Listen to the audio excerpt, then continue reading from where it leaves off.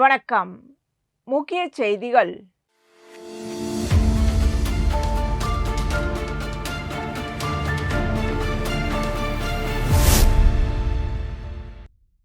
புதுச்சேரி அமைச்சர் நமச்சிவாயம் செய்தியாளர்களை சந்தித்து பல்வேறு அரசியல் மற்றும் வளர்ச்சி திட்டங்கள் குறித்து கருத்து தெரிவித்தார். அப்பொழுது அவர் புதுவையில் மீண்டும் தேசிய ஜனநாயக கூட்டணி அரசு அமைய வாக்களித்த மக்களுக்கு நன்றி தெரிவிக்கிறேன். புதுவை மாநில வளர்ச்சி தொடர்ந்து நடைபெறும் என்பதற்கு உத்தரவாதம் அளிக்கிறேன். புதுவை காவல்துறைக்கு ஜனாதிபதியின் வண்ண விருது அங்கீகாரம் கிடைத்துள்ளது. இது காவல்துறை அதிகாரிகள் மற்றும் காவலர்களுக்கு மட்டுமல்லாமல் மக்களுக்கும் பெருமை சேர்க்கக்கூடிய விஷயமாகும். மேலும் IRBN 2வது பட்டாலியன் அமைக்க ஜனாதிபதி ஒப்புதல் அளித்துள்ளார். இதற்காக நரேந்திர மோடி மற்றும் மத்திய உள்துறை அமைச்சருக்கு நன்றி தெரிவிக்கிறேன். புதிய பட்டாலியன் அமைக்கப்பட்டால் 107 நபர்களுக்கு வேலைவாய்ப்பு கிடைக்கும். இது புதுவை இளைஞர்களுக்கு வரப்பிரசாதமாக அமையும். டெல்லியில் பிரதமரை சந்தித்து பேசியபோது புதுவை வளர்ச்சிக்கு முழு ஒத்துழைப்பு வழங்கப்படும் என உறுதியளித்துள்ளார். புதுவையில் விஜய் தலைமையிலான தவிக 30 தொகுதிகளில் போட்டியிட்டு 17% வாக்குகளை பெற்றுள்ளது.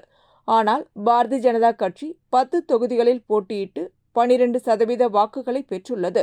அரசியலில் நிரந்தர எதிரியும் இல்லை, நிரந்தர நண்பரும் இல்லை. முதலமைச்சர் ரங்கசாமிக்கும் தமிழக முதலமைச்சர் விஜய்க்குமான நட்பு வேறு, அரசியல் நிலைப்பாடு வேறு. தமிழகத்தில் முதல் முறையாக போட்டியிட்ட தவிக 108 இடங்களை பிடித்துள்ளது. திமுகவுடன் கூட்டணி அமைத்த கட்சிகள் ஆதரவுடன் அந்த கட்சி ஆட்சிக்கு வந்துள்ளது. எதிர்காலத்தில் அந்த கட்சியின் செயல்பாடுகளே வெற்றி தோல்வியை தீர்மானிக்கும். முதலமைச்சர் ரங்கசாமியுடன் எந்த கருத்து வேறுபாடும் இல்லை என்றார். இதனால் புதுவை மாநிலத்தின் வளர்ச்சிக்கு தொடர்ந்து மத்திய அரசாங்கம் இன்றைக்கு உறுதுணையாக அத்தனை திட்டங்களையும் இன்றைக்கு ஒன்றன் பின் ஒன்றாக நிறைவேற்றி கொண்டிருக்கின்றார்கள். எனவே தொடர்ந்து புதுவை மாநிலம் வளர்ச்சி பெறுவதற்கு, ஒட்டுமொத்த வளர்ச்சியை பெறுவதற்கு மத்திய அரசினுடைய ஆதரவு என்பது நமக்கு தேவையான ஒன்றாக இருக்கின்ற இந்த காலகட்டத்தில் இன்றைக்கு எந்தெந்த கோரிக்கையை நாம் மத்திய அரசோடு முன்வைத்திருக்கின்றோமோ அந்த கோரிக்கையை பரிசீலித்து நமக்கு உரிய அங்கீகாரங்களை, உரிய அனுமதியை இன்றைக்கு மத்திய அரசாங்கம் வழங்கி கொண்டிருக்கின்றது. அதற்கு இந்த நேரத்தில் நான் நன்றி சொல்ல கடமைப்பட்டிருக்கின்றேன். இந்த செகண்ட் ரிசர்வ் பட்டாலியன் இதன் மூலமாக நம்முடைய புதுவை மாநிலத்திற்கு கிட்டத்தட்ட 1007 பேர் புதிதாக காவலர்களை நாம் நியமிக்க முடியும். உயர் அதிகாரியிலிருந்து காவலர்கள் வரை மொத்தம் 1007 பேர் இதன் மூலமாக புதுவை மாநிலத்தை சேர்ந்தவர்கள் வேலை வாய்ப்பை பெற இருக்கின்ற ஒரு சூழல் இன்றைக்கு உருவாகி இருக்கின்றது. அது நம்முடைய புதுவை மாநிலத்தில் இருக்கின்ற நம்முடைய இளைஞர்களுக்கு அது ஒரு வரப்பிரசாதமாக இன்றைக்கு உருவாகி இருக்கின்றது. இதன் மூலமாக புதுவை மாநில காவல்துறை மேலும் பலப்படுத்தப்பட்டிருக்கின்றது. ஏன்னா சட்டம் ஒழுங்கை பராமரிப்பதற்கு, இப்படி போன்ற நிலைமைகளிலே போக்குவரத்தை சரி செய்வதற்கு, போதைப் பொருளை கட்டுப்படுத்துவதற்கு, இப்படி அனைத்து விதங்களிலும் இதை போன்ற அமைப்புகளை பலப்படுத்துவதன் மூலமாக மேலும் காவல்துறை பலப்படுத்தப்பட்டு அதன் மூலமாக புதுவை மாநிலம் ஒரு அமைதியான மாநிலமாக உருவாக்குவதற்கு இது பேருதவியாக இருக்கும். அது மட்டும் இல்லாமல் நம்முடைய புதுவை மாநில இளைஞர்களுக்கு வேலை வாய்ப்பை உருவாக்கக்கூடிய ஒரு நிலைமையை அது உருவாக்க முடியும்.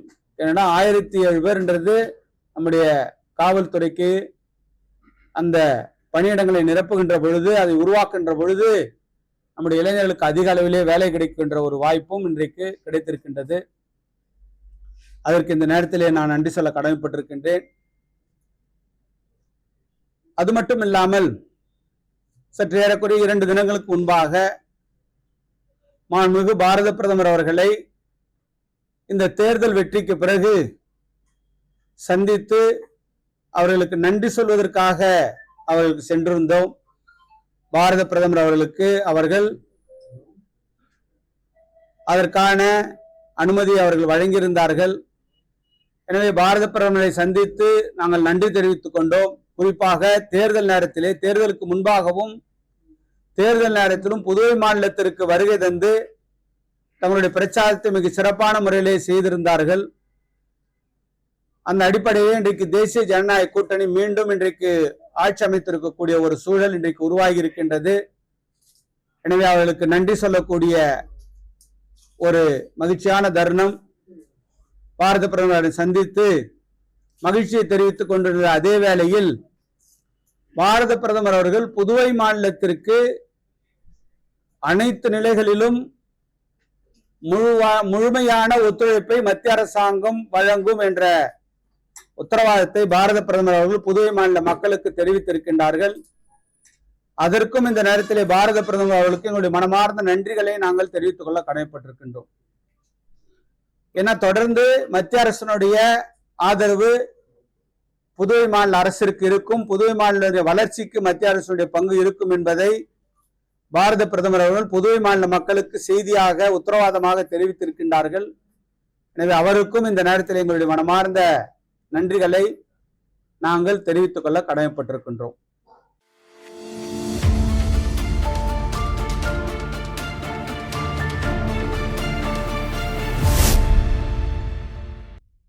புதுச்சேரி உருளையன்பேட்டை தொகுதிக்குட்பட்ட கோவிந்த சாலை, காமராஜர் வீதியில் புதிய சிமெண்ட் சாலை அமைக்கும் பணிகள் புதுச்சேரி அரசு பொதுப்பணித்துறை கட்டிடங்கள் மற்றும் சாலைகள் மத்திய பிரிவு மூலம் நடைபெற்று வருகிறது. இப்பணிகளை உருளையன்பேட்டை தொகுதி சட்டமன்ற உறுப்பினரும் நேயம் மக்கள் கழக தலைவருமான நேரு என்கின்ற குப்புசாமி அரசு அதிகாரிகளுடன் நேரில் ஆய்வு மேற்கொண்டார். அப்பொழுது காமராஜர் வீதியில் அமைக்கப்பட்டுள்ள வாய்க்கால் வாட்டங்கள் மற்றும் மழைக்காலங்களில் மழைநீர் எளிதாக வெளியேறும் வசதிகள் குறித்து ஆய்வு செய்தார். மேலும் புதிய சிமெண்ட் சாலைகள் அமைக்கும் போது மழைநீர் தேங்காமல் வெளியேறும் வகையில் வாய்க்கால் வாட்டங்களை சரியான முறையில் அமைக்க வேண்டும் என அதிகாரிகளிடம் வலியுறுத்தினார். ஆய்வின் போது பொதுப்பணித்துறை கட்டிடங்கள் மற்றும் சாலைகள் மத்திய பிரிவு உதவி பொறியாளர் பாலாஜி, இளநிலை பொறியாளர் மிதுன் மற்றும் அப்பகுதியைச் சேர்ந்த நேயம் மக்கள் கழக நிர்வாகிகள் உடனிருந்தனர்.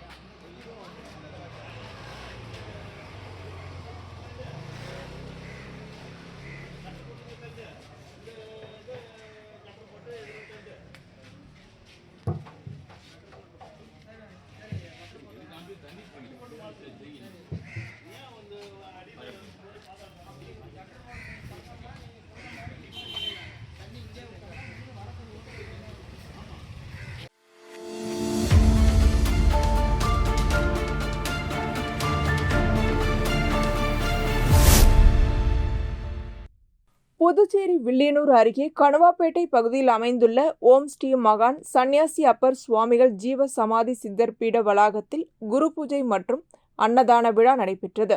விழாவை முன்னிட்டு ஸ்ரீ மகா கணபதி ஹோமம், மகா அபிஷேகம் மற்றும் தீபாராதனை நடைபெற்றது. இதில் முதலமைச்சர் ரங்கசாமி கலந்து கொண்டு சுவாமி தரிசனம் செய்தார். தொடர்ந்து அவருக்கு ஆலயத்தில் பரிவட்டம் கட்டி மரியாதை செய்யப்பட்டது.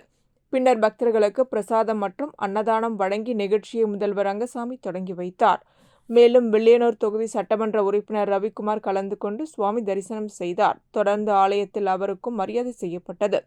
இந்நிகழ்ச்சியில் முன்னாள் சேர்மன் பாலமுருகன் உள்ளிட்ட முக்கிய பிரமுகர்கள் கலந்து கொண்டனர். விழாவிற்கான ஏற்பாடுகளை விழா குழுவினர் மற்றும் கணுவாப்பேட்டை பகுதி பொதுமக்கள் செய்திருந்தனர்.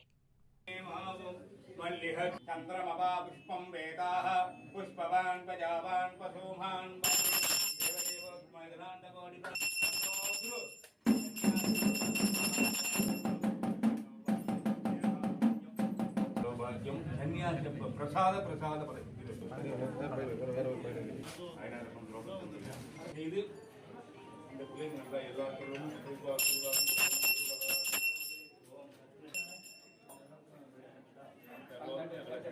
தேகாரோக்கியம் மகாலட்சுமி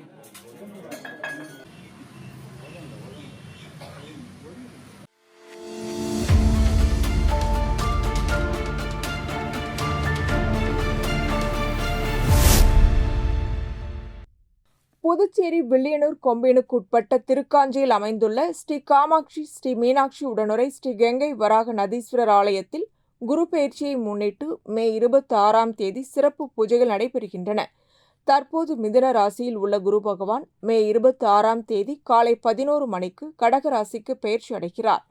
இதனை முன்னிட்டு ஆலயத்தில் சிறப்பு யாகங்கள் மற்றும் அபிஷேகங்களுக்கு ஏற்பாடுகள் செய்யப்பட்டுள்ளதாக ஆலய தலைமை அர்ச்சகர் சரவணன் சிவாச்சாரியார் தெரிவித்துள்ளார். அதன்படி காலை 6 மணிக்கு கலச பிரதிஷ்டை நடைபெற்று தொடர்ந்து கணபதி ஹோமம், குரு பகவான், காயத்ரி மந்திர ஹோமம் மற்றும் நவகிரக ஹோமம் நடைபெறுகிறது. பின்னர் காலை 10 மணிக்கு குரு பகவானுக்கு மகா அபிஷேகம் நடைபெற்று காலை 11 மணிக்கு மகா தீபாராதனை நடைபெறவுள்ளது. இந்த சிறப்பு பூஜைகளில் பக்தர்கள் கலந்து கொண்டு குரு பகவானின் அருளை பெறுமாறு கோவில் நிர்வாகம் கேட்டுக் கொண்டுள்ளது.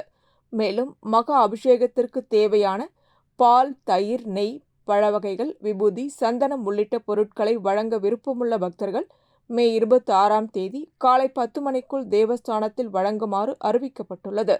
நிகழ்ச்சிக்கான ஏற்பாடுகளை ஆலய நிர்வாக அதிகாரி சரவணன், தலைமை அர்ச்சகர் சரவணன் சிவாச்சாரியார், உபயதாரர்கள் தனலட்சுமி உயர்தர சைவ உணவகம் மற்றும் திருக்காஞ்சி கிராம மக்கள் இணைந்து செய்து வருகின்றனர். எல்லாம் வல்ல காசிக்கு வீசம் மிகுந்த திருக்காஞ்சி க்ஷேத்திரம், புதுவை மாநிலத்திலே மிகவும் புகழ்பெற்ற திருக்காஞ்சி என்று சொல்லக்கூடிய காசிக்கு வீசம் மிகுந்த க்ஷேத்திரத்திலே அருள் பாலிக்கின்ற கங்கை வராக நதீஸ்வர பெருமான் ஆலயத்திலே நாளைய தினம் 26/5/2026 செவ்வாய்க்கிழமை அன்று குரு பெயர்ச்சி விழா மிக சிறப்பாக நடைபெற இருக்கின்றது. இந்த குரு பெயர்ச்சி விழா நாளை செவ்வாய்க்கிழமை 26ஆம் தேதி காலை 11 மணி அளவிலே குரு பகவான் மிதுன ராசியிலிருந்து கடக ராசிக்கு பிரவேசிக்கின்றார். இந்த குரு பெயர்ச்சி அனைத்து ராசி அன்பர்களுக்குமே நன்மை தரக்கூடியதாகவே அமையும் என்பது ஒரு ஐதீகம். இந்த குரு உச்சத்திலே வர இருக்கின்றார். குரு பகவான் 12 ராசிகளிலே சஞ்சரிக்கும் பொழுது அந்தந்த ராசிக்கு ஏற்ப அவர் ஆட்சி, உச்சம், நீச்சம், பகை இவ்வாறாக அவருடைய நிலைகள் இருக்கும். இந்த கடகராசியிலே குரு பகவான் இருக்கின்ற ஒரு ஆண்டு காலம் குரு உச்சம் பெற்றதாக தேர்கின்றார். எப்பொழுதுமே குரு பார்க்க கோடி நன்மை என்பார்கள். குரு உச்சம் ஒரு ஜாதகத்திலே அமைந்தாலும் அவர்களுக்கு அந்த குரு பார்க்கக்கூடிய இடங்களை பொறுத்து நல்ல பலன்களை தருகின்றார். அதனால இந்த குரு பெயர்ச்சி அனைத்து ராசி அன்பர்களுக்கும் சிறப்பை தரக்கூடிய குரு பெயர்ச்சியாக அமையிருக்கின்றது. 12 ஆண்டுகளுக்கு ஒரு முறை குரு பகவான் இந்த உச்ச குருவாக சஞ்சரிக்கின்றார். ஆகையினாலே இந்த வாய்ப்பினை பயன்படுத்தி பக்த அன்பர்கள் அனைவரும் நாளை ஆலயத்திற்கு வந்திருந்து குரு பகவானை தரிசனம் செய்து மஞ்சள் நிற வஸ்திரம் சாற்றி கொண்டக்கடலை நைவேத்தியம் செய்து கொண்டக்கடலை தானம் செய்து 3 நெய் தீபம் ஏற்றி குரு பகவானுடைய பரிபூர்ண அருளுக்கு பாத்திரமாகுமாறு கேட்டுக்கொள்கிறோம். மேலும் குரு பகவான் நவக்கிரகத்திலே வடக்கு நோக்கி எழுந்திருக்கக்கூடிய குரு பகவானிற்கு பரிகாரம் செய்வது உத்தமமாக பலனை நமக்கு அளிக்க வல்லது. சிவாலயத்தில் இருக்கக்கூடிய தட்சிணாமூர்த்தியை வழிபாடு செய்வது அவர் ஞானத்தை அருளக்கூடிய குரு. அவர் சிவபெரும்பொருளே ஞானத்தை அருள்வதற்காக ஏற்படுத்தப்பட்ட அவதாரம் தட்சிணாமூர்த்தி. நவகிரக குரு என்பதுதான் இந்த பிரகஸ்பதி என்ற இந்த பயிற்சி ஆகின்ற குரு பகவான். ஆகையினாலே அனைவரும் நவகிரக குரு பகவானை வழிபாடு செய்து குரு பயிற்சியிலே பங்கேற்று குரு பகவான் அருளுக்கு பாத்திரமாகுமாறு கேட்டுக்கொள்கிறோம்.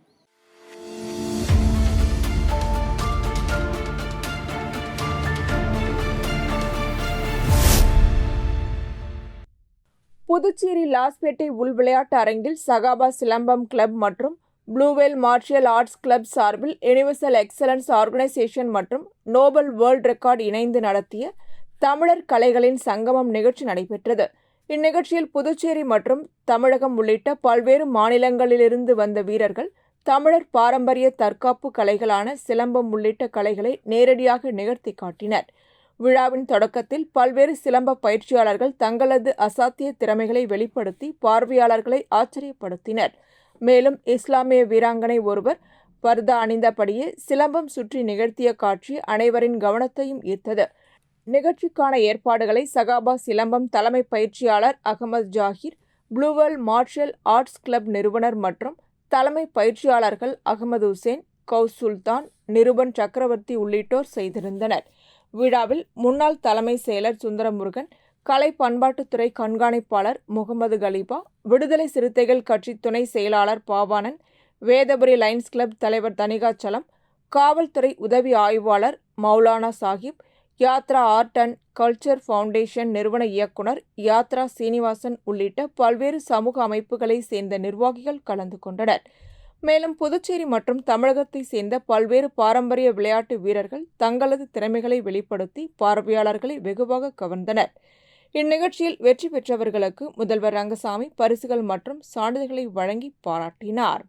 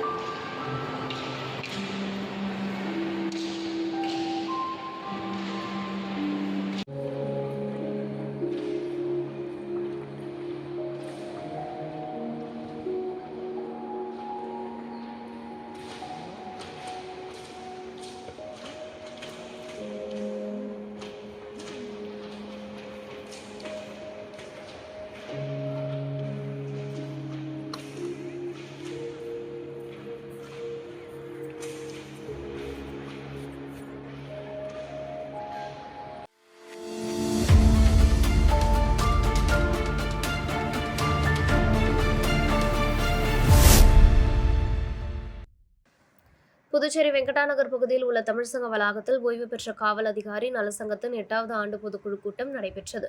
விழாவிற்கு சங்கத்தின் துணைத் தலைவர் மற்றும் ஓய்வு பெற்ற ஆய்வாளர் குருமூர்த்தி தலைமை தாங்கினார். சங்க துணை செயலாளர் ஓய்வு பெற்ற ஆய்வாளர் சுந்தரன் முன்னிலை வகித்தார். இதனைத் தொடர்ந்து திருவள்ளுவர் சிலைக்கு மாலை அணிவித்து விழா தொடங்கப்பட்டது. சங்கத்தின் தலைவரும் ஓய்வு பெற்ற உதவி ஆய்வாளருமான துளசிங்கத்தின் 75வது பிறந்த நாளை முன்னிட்டு சங்க நிர்வாகிகள் மற்றும் உறுப்பினர்கள் சால்வை அணிவித்தும் பூங்கொத்து வழங்கியும் வாழ்த்து தெரிவித்தனர். மேலும் உயிர்நீத்த காவல்துறை அதிகாரிகளுக்கு மௌன அஞ்சலி செலுத்தப்பட்டது. சங்கத்தின் செயல்பாடுகள் குறித்து பொதுச் செயலாளர் டாக்டர் இளங்கோவன் விரிவாக விளக்கம் அளித்தார். விழாவில் முன்னாள் டிஐஜி டாக்டர் சந்திரன், ஓய்வு பெற்ற காவல்துறை கண்காணிப்பாளர்கள் சண்முகசுந்தரம், வெங்கடாச்சலம், கருப்பையா, இருதயராஜ், மோகன்ராஜ், குப்புசாமி, ராஜராஜேஸ்வரி, குணசேகரன், சண்முகம், முருகேசன், ரவிக்குமார் உள்ளிட்டோர் கலந்து கொண்டு சிறப்புரையாற்றினர். நிறைவாக சங்க பொருளாளர் ஓய்வு பெற்ற துணை உதவி ஆய்வாளர் குப்புசாமி மற்றும் ஓய்வு பெற்ற உதவி ஆய்வாளர் நடேசன் நன்றி உரையாற்றினர். இதில் ஓய்வு பெற்ற காவல் அதிகாரிகள் கலந்து கொண்டனர்.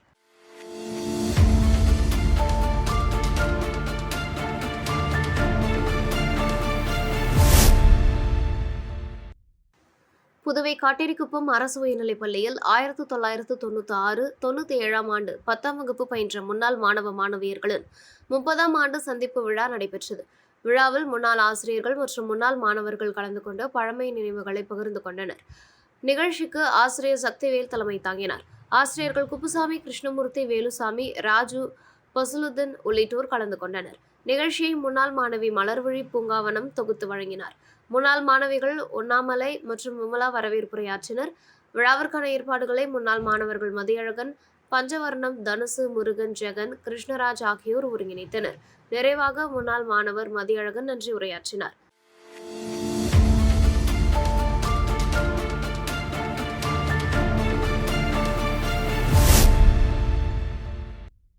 புதுச்சேரி தமிழ்சங்க வளாகத்தில் புதுச்சேரி படைப்பாளர் இயக்கம் சார்பில் இசைப்பாடல் போட்டி நடைபெற்றது. நிகழ்ச்சிக்கு நிகழ்ச்சி பொறுப்பாளர்கள் வெற்றிவேந்தன், ஸ்ரீதேவி கிருஷ்ணசாமி, அருள்லட்சுமி ஆகியோர் முன்னிலை வகித்தனர். நிகழ்ச்சி ஒருங்கிணைப்பாளராக படைப்பாளர் ஏசுரோனி செயல்பட்டார். வரவேற்புரையை ஆனந்த் ஆற்றினார். தொடர்ந்து புதுச்சேரி படைப்பாளர் இயக்க பொருளாளர் ராஜா ரூசோ தலைமை உரையாற்றினார். கலியபெருமாள் முன்னிலை வகித்த நிலையில் வாழ்த்துரையை சுந்தர சந்திரகுமாரன் வழங்கினார். நன்றி உரையை படைப்பாளர் கார்த்திகேயன், மோகன்ராஜ் மற்றும் இசைக்குழுவினர் ஆற்றினர். இந்த போட்டியில் 10 வயது முதல் 60 வயதிற்கும் மேற்பட்டோர் வரை பல்வேறு பிரிவுகளில் கலந்து கொண்டு தங்களது இசை மற்றும் பாடல் திறமைகளை வெளிப்படுத்தினர். போட்டியில் வெற்றி பெற்றவர்களுக்கு பரிசுகள் மற்றும் சான்றிதழ்கள் வழங்கி கௌரவிக்கப்பட்டது. போட்டிக்கான நடுவர்களாக கலைமாமணி செல்லப்பா, ஜெகத் சண்முகம், சம்பன்னா, சுபா ஆனந்தி, சுகந்தி, மகாலட்சுமி ஆகியோர் செயல்பட்டு சிறந்த போட்டியாளர்களை தேர்வு செய்தனர். மேலும் குரலரங்கம் போட்டிக்கான முதன்மை பொறுப்பாளர்களாக ஆதி சரவணன் மற்றும் முனைவர் இலங்கேஸ்வரன் ஆகியோர் பணியாற்றினர். இந்நிகழ்ச்சியில் திரளானோர் கலந்து கொண்டு தங்களது கலைத்திறமைகளை வெளிப்படுத்தினர்.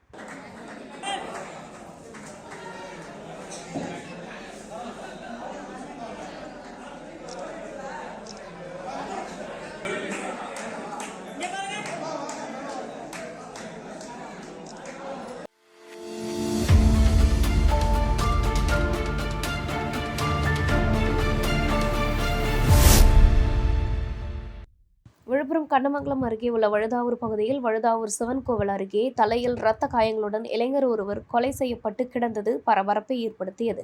அவ்வழியாக சென்றவர்கள் இதுகுறித்து கண்ணமங்கலம் காவல் நிலையம் போலீசாருக்கு தகவல் தெரிவித்தனர். சம்பவ இடத்திற்கு விரைந்து சென்ற காவல்துறையினர் உடலை கைப்பற்றி விசாரணை மேற்கொண்டனர். விசாரணையில் உயிரிழந்தவர் புதுச்சேரி சந்தை புதுக்குப்பம் பகுதியை சேர்ந்த கதிர் என்பது தெரியவந்தது. மேலும் அதே பகுதியை சேர்ந்த ஞானமூர்த்தியின் மனைவி பிரியாவுடன் கதிர் திருமணத்திற்கு மீறிய உறவில் இருந்து வந்ததாக காவல்துறையினர் தெரிவித்தனர். இதனை ஞானமூர்த்தி பலமுறை கண்டித்தும் இருவரும் தொடர்பை தொடர்ந்ததாக கூறப்படுகிறது.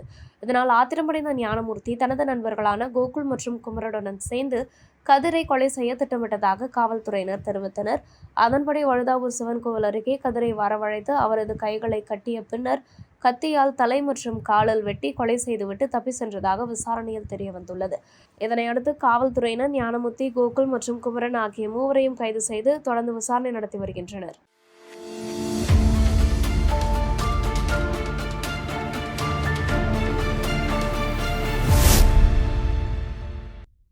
விழுப்புரம் மரக்காணம் அருகே உள்ள வண்டிப்பாளையம் பகுதியை சேர்ந்த கன்னியப்பன் என்பவர் 11 வயது சிறுமியிடம் பாலியல் அத்துமீறலில் ஈடுபட்டதாக கைது செய்யப்பட்டுள்ளார்.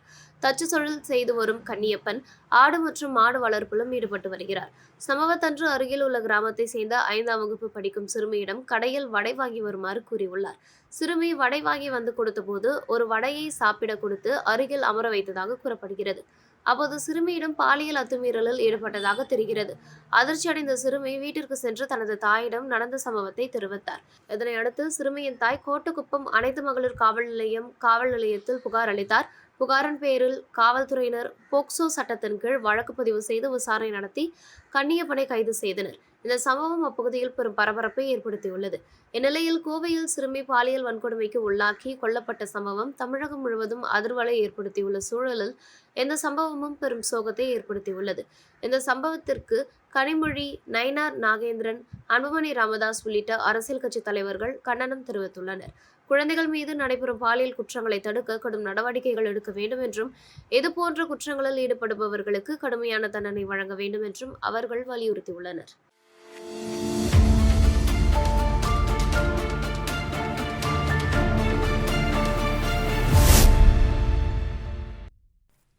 திண்டிவனம் ரெட்டனை கிராம தேவதையான ஸ்ரீ வெண்ணியம்மன் ஆலயத்தில் நடைபெற்று வரும் பிரம்மோற்சவ விழாவின் 3ஆம் நாள் நிகழ்ச்சி நடைபெற்றது. விழாவை ஒட்டி குதிரை வாகனத்தில் ஸ்ரீ இந்திராணி அம்மன் பக்தர்களுக்கு அருள் பாலித்தார். தொடர்ந்து குதிரை வாகனத்தில் எழுந்தருளி அம்மனுக்கு மகா தீபாராதனை, நட்சத்திர தீபம், கும்ப தீபம், சத்திரங்கள் கொண்டு சோடசோபச்சாரம் மற்றும் பஞ்சமுக தீபாராதனை, கற்பூர ஆரத்தி ஆகியவை காண்பிக்கப்பட்டது. இதனைத் தொடர்ந்து வண்ண விளக்குகளால் அலங்கரிக்கப்பட்ட வாகனத்தில் ஸ்ரீ இந்திராணி அம்மன் கோவில் உட்பிரகாரத்தை வலம் வந்தார். பின்னர் ஸ்ரீ வீரபத்ர சுவாமி மற்றும் ஸ்ரீ இந்திராணி அம்மன் சுவாமிகள் இரவு வீதி உலா வந்து பக்தர்களுக்கு அருள் பாலித்தனர். விழாவில் பக்தர்கள் கலந்து கொண்டு சுவாமி தரிசனம் செய்தனர்.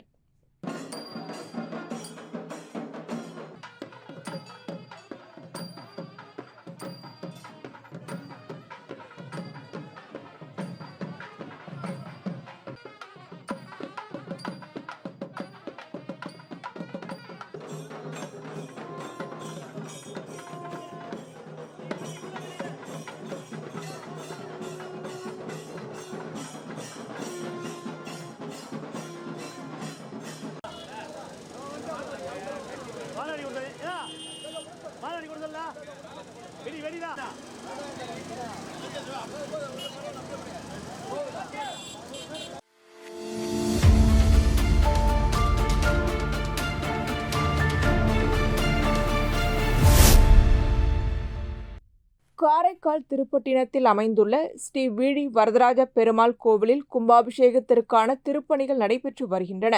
இந்நிலையில் கோவிலில் எலக்ட்ரீஷியனாக பணிபுரிந்து வந்த பெருமாள் கோவில் வடக்கு வீதியை சேர்ந்த ஜெகநாதன் என்பவர் கோவில் வளாகத்திற்குள் தூக்கிட்டு இருந்த நிலையில் காணப்பட்டார். கோவில் வளாகத்திற்குள் நடந்த இச்சம்பவம் அப்பகுதியில் பெரும் பரபரப்பையும் அதிர்ச்சியையும் ஏற்படுத்தியுள்ளது. காவல் நிலையம் மற்றும் கோவில் நிர்வாக அலுவலகம் அருகிலேயே உள்ள நிலையில் கோவிலில் பணிபுரிந்த ஊழியர் தூக்கில் தொங்கிய நிலையில் உயிரிழந்தது சந்தேகத்தை ஏற்படுத்தியுள்ளதாக அப்பகுதி மக்கள் தெரிவிக்கின்றனர். மேலும் இரவு நேரங்களில் கோவில் சாவி கோவில் நிர்வாக அதிகாரியிடம் ஒப்படைக்கப்பட வேண்டும் என்ற விதி உள்ள நிலையில் சாவி எலக்ட்ரீஷியன் ஜெகநாதனிடம் இருந்தது எப்படி என்ற கேள்வியையும் பொதுமக்கள் எழுப்பியுள்ளனர். இதுகுறித்து கோவில் காவலாளி, சிறப்பு அதிகாரி மற்றும் தொடர்புடைய ஊழியர்கள் மீது நடவடிக்கை எடுக்க வேண்டும் என்றும் அவர்கள் கோரிக்கை விடுத்துள்ளனர். இதனிடையே ஜெகநாதனின் சடலத்தை கைப்பற்றிய திருப்பட்டினம் காவல்துறையினர் இது கொலையா அல்லது வேறு ஏதேனும் காரணமா என்ற கோணத்தில் தீவிர விசாரணை மேற்கொண்டு வருகின்றனர். இத்துடன் செய்திகள் நிறைவடைகின்றன. வணக்கம். தீபம் செய்திகளை உடனுக்குடன் தெரிந்து கொள்ள தீபம் செய்தி சேனலை சப்ஸ்கிரைப் பண்ணுங்க, பெல் பட்டனை கிளிக் பண்ணுங்க.